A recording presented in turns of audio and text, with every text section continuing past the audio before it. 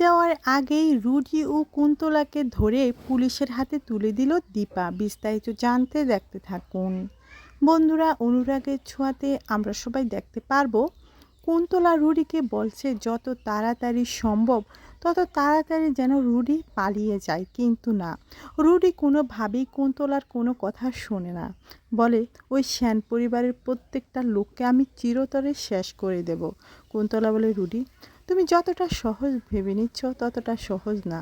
দীপার জন্য তুমি কোনো কিছুই করতে পারবে না, সুতরাং ভালো তুমি এখান থেকে পালিয়ে যাও। তারপরেই আমরা দেখতে পারবো কুন্তলা রুডির সঙ্গে ফোনে কথা বললে আড়াল থেকে দাঁড়িয়ে দীপা সবটাই শুনতে পায়। পিছু নেয় কুন্তলার, যাতে করে আসল অপরাধী রুডিকে হাতে নাতে ধরতে পারে। পুলিশ নিয়ে সেখানে পৌঁছিয়ে যায় দীপা। সেখানে যাওয়ার পর কুন্তলা ও রুডিকে হাতে নাতে ধরে পুলিশের হাতে তুলে দেয় দীপা।